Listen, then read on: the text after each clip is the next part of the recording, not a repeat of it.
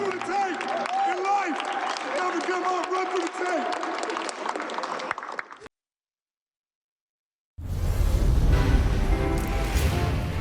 Fellas, you know what I like to say about Steph Curry, don't you? He makes it look effortless. effortless. LeBron James is producing a new TV series? Okay. 52 to 49 just reading after the board. 24 minutes. Yeah, you're watching the Twitter feed out there on the big wall. I didn't know that. 3-point game. American Express halftime report. Ernie Johnson. Got Kenny, got Charles, got Shaq. So Curry's got 15. Only Warrior in double figures as they try to run their home winning streak to 37 games. The record, by the way, is 44 by the Chicago Bulls, and they're 18-0 this year at Oracle. But you talk about the tenor of two games being really totally different. First game of our doubleheader, when you got San Antonio and Cleveland, a couple of elite teams, and everybody's waiting to see these guys play. And now you've got the team at the top of the West, the team at the bottom of the West in this one. You know, when you're on top, you know, it's really hard for you to get up for the teams that are not on top. But, you know, Phil Jackson and Pat Riley used to say this to me all the time. Don't play down to the level of your competition. We know if this is a great team, Golden State will be back on defense. Everybody will be in the right spot. They will definitely box out. Draymond Green will not be getting punked down low. Right now, they're just playing to the level of their competition. They will win the game. But, you know, who knows? You know, you don't want to let, you know, things like this slip away, but it happens to all of us. You know, I've played down to the level of my competition when I played against Chuck and the Phoenix Suns. So, you know, it happens to the best of us. But don't play down to the level of your competition. Well, I think they're as good a team as Golden State have. It's easy. The way they play, it's not a threatening. You know, you look at the defensive intensity in that first game and this game. They play. They play a finesse game. They're a terrific team. You can't take anything away from them, but it's a lot easier style to play against. So when you play against bad teams like the Lakers, you know, they don't feel that stress like if they were playing against a team that's going to lock them down every possession like the Spurs do.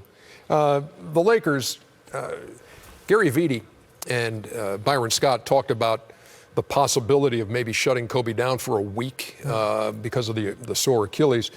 But Byron Scott saying, you know, it's pretty much an impossible thing because Kobe feels certain responsibilities in this farewell tour of being out there and trying, and he's trying tonight. 6 points on 3 of 11 shooting. True. You know, Kobe is obviously the most intense competitor that wears it on his sleeve. You know, there's a lot of guys who are intense competitors, but he's the one who wore it on his sleeve probably the best in our era basketball. You see I'm not doing highlights, though. Yeah, why no pictures? You know my rule. Yeah, a blowout, and this is a 3-point game. It's going to be a blowout.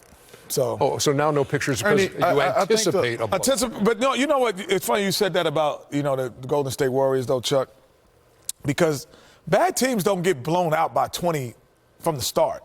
So if you lose every quarter by 4, you lost by 16. So my point being, like, it's a natural maturation of a blowout that's going to happen. They don't typically lose quarters by, 15, 20 points to have a bad record. I was on a bad team when I first got in the NBA, Sacramento Kings. And you look up and you're like, oh, we played well that quarter. Oh, we played well. You're down 8 at halftime. Then, okay, they have a nice quarter and they beat you by 8. All of a sudden you're down 16 going into the fourth. And you really didn't feel like you played that poorly. And that's how the Lakers kind of have been throughout the season. That's how Philadelphia is in the season. They're going to be, 3-4 points a quarter. They're going to get beat. You know, the Lakers got to try to build for the future also. You know, Byron has got to coach his team.